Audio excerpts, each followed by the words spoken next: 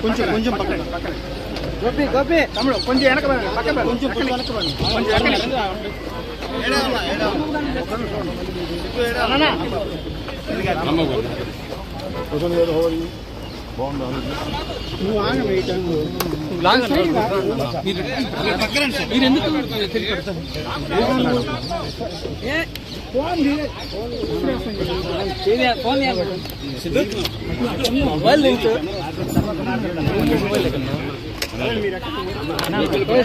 Gopi sir Gopi పెట్టు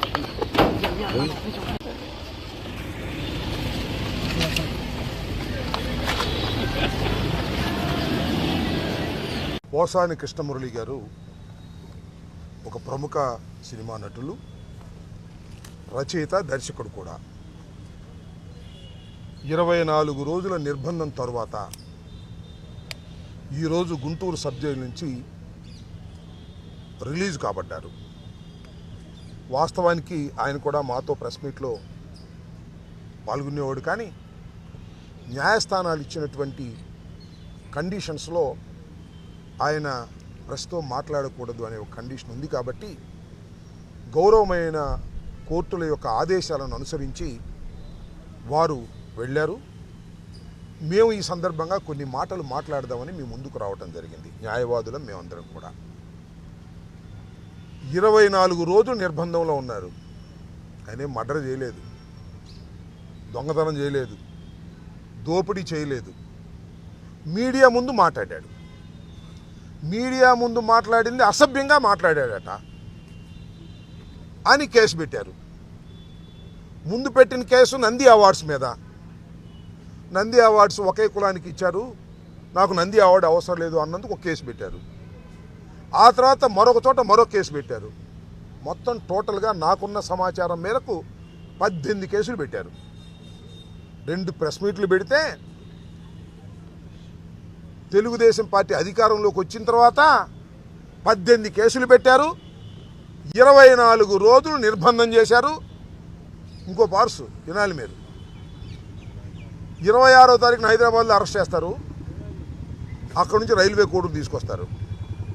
అక్కడ కోర్టులో పొడి చేస్తారు. అక్కడ నుంచి నర్సాపేట తీసుకొని నర్సాపేట కోర్టులో పొడి చేస్తారు. అక్కడ నుంచి గుంటూరు జైలుకి తీసుకొచ్చి గుంటూరు జైలులో పెట్టాల్సిన పరిస్థితి వస్తుంది. ఆ తర్వాత కర్నూలు తీసుకెళ్తారు. ఆ తర్వాత నంద్యాల అంటారు. నంద్యాల నుంచి విజయవాడ అంటారు. విజయవాడ నుంచి మళ్ళా కర్నూలు తీసుకెళ్తారు. మళ్ళా కర్నూలు నుంచి గుంటూరు తీసుకొస్తారు. ఇంతకన్నా శిక్ష ఏం కావాలి? ఆయన చేసిన నేరం ఏంటి? ఏమీ లేదు. మీడియాలో మాట్లాడాడు, మీడియాలో దూషించాడట. సరే, అది దూషించారా, దూషించడం తప్ప రైటా, అది విచారణ అనంతరం న్యాయస్థానాలు తేల్చుస్తారు. చూస్తున్నారు కదా ఇవాళ ప్రెస్ మీటుల్లో మాట్లాడేటటువంటి మాటలు. తెలుగుదేశం పార్టీ వారు ఎంత దౌర్భాగ్యంగా మాట్లాడారో వాళ్ళ మీద కేసులు ఉండవు. పాపం పోసాని కృష్ణమురళి గారు హాస్య నటుడిగా కూడా పనిచేశాడు.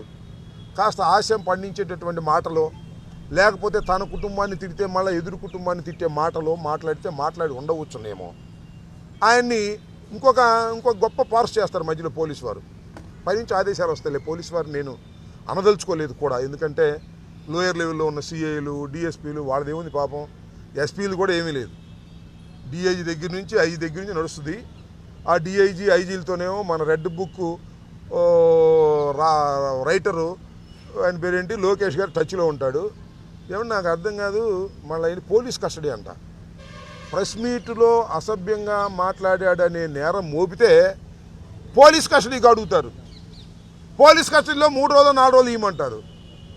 పోలీస్ కస్టడీలో నాకు కూడా కొద్దిగా లా తెలుసు, చదువుకున్నా. ఏంటంటే పెద్ద పెద్ద నేరాలు చేసినప్పుడు వాళ్ళు బరిసెలు గొడ్డళ్ళు రికవరీ కోసం పోలీస్ కస్టడీ అడిగి రికవరీ చేస్తుంటారు. మళ్ళీ పోలీస్ కస్టడీ అంటే మనిషిని ఏ విధంగా ఇబ్బంది పెట్టాలో, ఏ విధంగా భయపెట్టాలో అన్ని విధాలా భయపెట్టాలనేటువంటి తాపత్రయం. పాపం పోసాని కృష్ణమురళి గారిని తీసుకొస్తారు, ఆయన పెడతారు. నిన్న పార్సిన్నారా మీరు? వినుకొండలో ఈపూరు వైస్ ప్రెసిడెంట్ అంట, ఆయన తెల్లారగడ్డ ఎత్తుకుపోయారు. అదేంటారు బాబు తెల్లారగడ్డ ఎత్తుకుపోయారు? పోలీసులని భార్య పిల్లలు గొడవ చేస్తే మేము ఇక్కడ మాకు మా మనోహర్ గారికి వాళ్ళకి ఇన్ఫామ్ చేస్తే హైకోర్టులో హెబియస్ కార్పస్ వేశారు. హెబియస్ కార్పస్ వేసి ప్లేడర్ వెళ్ళంగానే నోటీస్ ఇచ్చి పంపించారు, ఓ పిచ్చి కేసు పెట్టి. అసలు ఆయన చేసిన నేరం ఏంటో తెలుసా? వ్యంగ్యంగా మాట్లాడాడట, జోక్గా మాట్లాడాడట. ఆ వ్యంగ్యంగా జోక్గా ఏం మాట్లాడాడో తెలుసా? మీరు చూసే ఉంటారు. ఏం మాట అంటే సూపర్ 6 అన్నీ వస్తున్నాయి అంటే వచ్చేస్తున్నాయి, నిన్నే వచ్చేసినాయి, మొత్తం సూపర్ 6 అన్నీ వచ్చేసినాయి. ఏమయ్యా ధరలు ఎలా ఉన్నాయి? వద్దులే, ధరలు ఎలా ఉన్నాయంటే మిర్చి ధర బ్రహ్మాండంగా ఉందండి, చంద్రబాబు నాయుడు గారి దయ వల్ల 42,000కి అమ్మానండి నేను కింటాలన్నాడు. నేను 42,000 అమ్మటం ఏంటయ్యా, 11,000 కూడా ఊడుకుండా లేదండి, వీళ్ళకి అమ్ముకోవడం కుదిరిసాక చంద్రబాబు గారి పేరు చెబితే 42,000 కొనేశారండి అన్నాడు. అదేమంటే అన్ని అమలు జరుగుతున్నాయండి అద్భుతంగా. అసలు ప్రీ బస్ ఎంత బ్రహ్మాండంగా ఉందండి. మామిడి రోజు ప్రీ బస్సులోనే వెళ్తుంది, మిరపకోతకి వెళ్తున్నారు అందరూ ప్రీ బస్సులోనే. అంటే మిరప తోటలకు వస్తున్నారంటే మిరప తోట కానీ రోడ్డు మీద దించి వెళ్ళిపోతున్నారంట, మళ్ళీ వచ్చినప్పుడు మీరు ప్రీ బస్ తీసుకొస్తున్నారంట. అంటే విమర్శ చేయితే ఎక్కడ అంటారోనని ఆయన ఏం చేశాడంటే వ్యంగ్యంగా విమర్శ చేశాడు.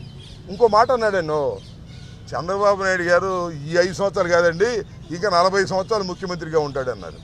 పాపం ఆయన అడిగాడు మీలాంటి విలేకరి, ఆయనకు ఇప్పటికే 75 అయ్యా, ఇంకా 45 దాకా ఎట్లా ఉంటాడంటే ఉంటాడండి. చంద్రబాబు నాయుడు గారు మాత్రం ఇంకా 150 సంవత్సరాల వరకు ఆయనకు డోకా లేదు అన్నాడు. డోకా లేదంటే నేను చెప్పింది కాదు, ఆయన తోడేలుడు చెప్పాడు. మనం చూశారుగా మీరు సన్మాన సభలోనో ఆ పుస్తకం ఓపెనింగ్లోనో. మా చంద్రబాబు నాయుడు గారు మామూలుడు కాదు, ఇప్పుడు అదేది ఆర్టిఫిషియల్ ఇంటెలిజెన్స్ వస్తుంది, కొత్త కొత్త సైంటిఫిక్ విధానాలు వస్తున్నాయి. చంద్రబాబు నాయుడు గారు ఇంకా కనీసం 4-5 సంవత్సరాలు ఆరోగ్యంగా ఉంటే 150 సంవత్సరాలకు బతకడం ఖాయం అని చెప్పాడు. అంటూ ఇంకో మాట అన్నాడు, అన్నాడంటే మళ్ళీ లోకేష్గా ఉన్న కోపం వచ్చిద్దేమో అని కూడా అన్నాడు. మరి అది వ్యంగ్యం కదా, దాని మీద కేసు బెటరా? పాపం అమాయకుడు వైస్ ప్రెసిడెంట్ ఆయన ఇది వ్యంగ్యంగా మాట్లాడని ఆయన మీద తెల్లారిబడి తీసుకెళ్లారండి. దానికి హెబియస్ కార్పస్ వేయాల్సి వచ్చింది మేము. మళ్ళీ ఎమ్మటే ఓ పిచ్చి కేసు ఒకటి పెట్టి 41 నోటీస్ ఇచ్చి తూచ్ అని మళ్ళీ పంపించారు. నేను మనవి చేస్తున్నా, ముఖ్యంగా పోలీసు వారికి మనవి చేస్తున్నా, ఈ రాష్ట్రంలో తెలుగుదేశం కూటమి అధికారంలోకి వచ్చి 9 మాసాలు అయిపోయింది. ప్రభుత్వ వ్యతిరేకత పెరుగుతుంది. మీరు చేసేటటువంటి దుర్మార్గమైన కార్యక్రమాల ద్వారా ప్రజలు విసుగు చెందుతున్నారు. నెంబర్ 1, ఇచ్చిన వాగ్దానాలు నిలబెట్టుకోలేరు. మీరు ఇచ్చిన వాగ్దానాలు నిలబెట్టుకోలేని అసమర్థ పరిపాలన అని ఎవడైనా అంటే వాడిని తీసుకెళ్ళి బొక్కలేస్తారు. ఎవరి ద్వారా వేస్తారు? ఎస్ఐ, సిఐ, డిఎస్పీలు. ఆ లెవెల్లో చెబుతున్నా, అయిపోయింది తెలుగుదేశం పని. మళ్ళీ వచ్చేది మా ప్రభుత్వం, గుర్తుపెట్టుకోమని మనం చేస్తున్నా. ఇప్పుడు ఎవరైతే డిఐజీలు, ఐజీలు చెబితే మీరు చేస్తారో వాళ్ళందరినీ గుర్తుపెట్టుకుంటాం.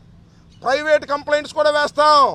ఈ కేసులు రుజువు కాకపోతే, కేసు పెట్టారు కదా పోసాని గారి మీద 18 కేసులు, రుజువు కాకపోతే మళ్ళీ వారి మీద కూడా మేము కేసులు పెడతాం. ఎవరైతే డీఫాక్టో కంప్లైంట్ ఉంటాడో అతని మీద పెడతాం. ఎవరైతే పోలీసులు దానికి సహకరించారో వారి మీద కూడా కేసులు పెడతాం. నేను మనవి చేస్తున్నా, మా legal team is very strong. ముఖ్యంగా గుంటూరులో ఉన్న లీగల్ టీం, తాడేపల్లిలో ఉన్న లీగల్ టీం చాలా స్ట్రాంగ్గా ఉంది. ఎవరిని ఎప్పుడు అర్ధరాత్రి వచ్చి ఎత్తుకుపోయినా తక్షణమే ఫోన్ చేయండి, ఇమీడియట్గా లీగల్ టీం వచ్చేస్తుంది. పోలీసులు ఎంతమంది ఉన్నారో వాళ్ళకన్నా డబల్ ఉన్నారయ్యా మా న్యాయవాదులు, గుర్తుపెట్టుకోమని మనం చేస్తున్నా. ఒక పోలీస్ స్టేషన్ ఉంటుంది ఊళ్ళో, కానీ ఆ ఊళ్ళో మా న్యాయవాదులు మాత్రం 100 మంది ఉంటారు, గుర్తుపెట్టుకోమని మనం చేస్తున్నా. కాబట్టి ఒక లీగల్ వ్యవస్థ మాకున్నది. జగన్మోహన్ రెడ్డి గారి కోసం తప్పించేటటువంటి న్యాయవాదులు ఉన్నారు. ఎక్కడ అన్యాయం జరిగినా, ఎక్కడ అక్రమం జరిగినా ఇమీడియట్గా వచ్చేస్తాం, గుర్తుపెట్టుకోమని మనం చేస్తున్నా. ఇవాళ పోసాని కృష్ణమురళి గారిని 26వ తారీఖున అరెస్ట్ చేస్తే ఆ రోజు నుంచి ఈ రోజు వరకు మా లీగల్ టీం వెంటబడుతూ వచ్చింది. 18 కేసులు పెడితే దానిలో 6 కేసుల్లో బెయిల్ తీసుకుంది. మిగతా కేసుల్లో నోటీస్ ఇచ్చి పంపవలసిందిగా హైకోర్టు దాకా వెళ్ళి చేశాం. ఎప్పుడో బెయిల్ రావాలి. నిజానికి వారం రోజుల క్రితమే రిలీజ్ అవుతాడు ఉంటే సిఐడి వాళ్ళు మళ్ళీ కేసు పెట్టారు. టక్కన ఒక కేసు పెట్టించాం, లోపలేసి వేయటం. ఇవాళ మాకు కూడా ఉత్కంఠత, అసలు వదులుతారో వదలరో. మళ్ళీ ఇంకొక పీటీ వారెంట్ తీసుకొస్తారేమో, లేకపోతే బయటకు వస్తే తక్కన ఎక్కించుకు వెళ్ళిపోతారేమో, ఇలాంటి దుర్మార్గమైనటువంటి రాజకీయాలు చేస్తారేమో, దుర్మార్గమైనటువంటి నిర్బంధాలు చేస్తారేమోనని పొద్దున్న నుంచి ఎదురు చూస్తున్నాం. ఇదిగో పావుగంటకు వెళ్తాం, ఇదిగో అరగంటకు వెళ్తాం, చివరికి 4:30కో 5ంటికో వదిలేరు. సురక్షితంగా పాపం వెళ్ళిపోయాడు. లేకపోతే ఇవాళ కూడా ఎక్కడన్నా తీసుకెళ్ళిపోతారేమో ఈ పోలీసు వారు అనేటువంటి భావన, భయం కలిగింది. నేను ముఖ్యంగా మనవి చేస్తున్నా, పోలీసు వ్యవస్థ గుర్తుపెట్టుకోండి, మీరు ఇష్టం వచ్చినట్టుగా చట్ట వ్యతిరేకంగా ప్రవర్తిస్తే న్యాయస్థానాలకు సమాధానం చెప్పుకోవాలి. మీకు డిఐజీ చెప్పినా, ఐజీ చెప్పినా, లేకపోతే డీజీపీ చెప్పినా, మీ ఎస్పీ చెప్పినా వాళ్ళు చెప్పినట్టుగా మీరు కోర్టులో చెప్పలేరు. హెబియస్ కార్పస్ పడేస్తాం, ప్రైవేట్ కంప్లైంట్స్ పడేస్తాం. జాగ్రత్త అని పోలీసులకి ఈ సందర్భంగా హెచ్చరిస్తున్నా. మీరు చట్ట పరిధిలో పని చేయవలసిందే. చట్టం దాటి బయటకు వేశారా మీకు శిక్షించడానికి న్యాయస్థానాలు ఉన్నాయి. వాటిని అప్రోచ్ అయ్యేటటువంటి సాహసం మాకుంది, ధైర్యం మాకుంది, అలాంటి లీగల్ టీం మాకుందని కూడా ఈ సందర్భంగా పోలీసు వారిని హెచ్చరిస్తున్నానని కూడా ఈ సందర్భంగా మీకు మీ ద్వారా వారికి చెప్పదలుచుకున్నాను. 311 సెక్షన్ గురించి ఇందాక చెప్పారు, అనవసరమైన సెక్షన్స్. మీకు ఒక విషయం చెప్పనా, ప్రేమ్ కుమార్ మన వైఎస్ఆర్ కాంగ్రెస్ పార్టీకి చెందినటువంటి వ్యక్తి. ఈ మధ్యన పీపీపీ మోడల్లో చంద్రబాబు నాయుడు గారు ప్రైవేట్ రోడ్లకు కూడా కాంట్రాక్టులకు ఇచ్చేసి టోల్ గేట్ వసూలు చేయాలని ఒక పాలసీని తీసుకొచ్చారు. దాని మీద ఒక వీడియో చేశారు. ఏమని దాని ఉద్దేశం, మామూలు రోడ్డుల్లో కూడా టోల్ కట్టాల్సిందే. ఇటువరకు ఏం కట్టేవాళ్ళం, టోల్ మనం ఆ మంగళగిరి దగ్గర కట్టేవాళ్ళం. అట్టా కాదు, వాళ్ళు సత్తినపల్లి వెళ్ళినా కూడా టోల్ కట్టాలి అనేటువంటి ఒక కొత్త థియరీని తీసుకొచ్చాడు చంద్రబాబు నాయుడు గారు. అది ఇంప్లిమెంట్ చేయబోతున్నాడు. దీని మీద వ్యంగ్యంగా ఏం చేశాడు, మా ప్రేమ్ కుమారు 4 కార్లు వేసుకొస్తే అందరూ మా వాళ్ళే కారు వేసుకొస్తే టోల్ కట్టాలి ఇక్కడ కట్టండి అని 10 రూపాయలు తీసుకున్నాడు. కట్టాడు. తీసుకుని ఈ రకంగా ఉంటుందని ఒక చిన్న డ్రామా, ఒక ఎపిసోడ్ చేసి వాట్సాప్లో పెట్టాడు. టోల్ గేట్ 10 రూపాయలు కట్టాలని మా వాడి దగ్గర మేము తీసుకున్నందుకు ఎక్స్ట్రాషన్ అంట, దోపిడీ అంట.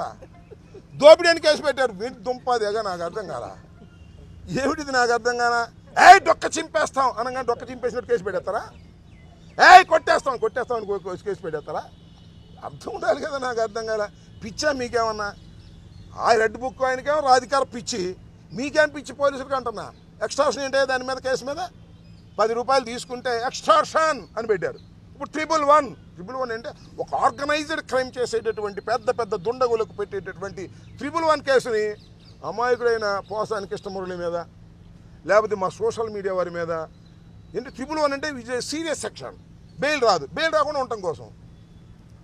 మీకు తెలియదు కానీ డెడ్ బాడీలు దొరకట్లేదు, లేకపోతే మర్డర్లు పెట్టేవాళ్ళు, మర్డర్ కేసులు.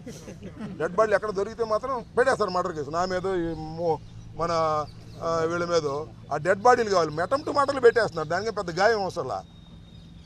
అటెంప్ట్ మర్డర్లు అయితే పెట్టేస్తున్నారు. ఇంకా డెడ్ బాడీ ఎక్కడైనా పొరపాటు దొరికిందా మర్డర్ కేసులు కూడా మా మీద పెట్టడానికి సిద్ధంగా ఉన్నారు. మేము ఎదుర్కోవడానికి కూడా సిద్ధంగా ఉన్నామని కూడా ఈ సందర్భంగా నేను చెప్పదలుచుకున్నాను. పోసాని కృష్ణమురళి గారిని ఆయన ధర్మంగా మాట్లాడాడో అధర్మంగా మాట్లాడాడో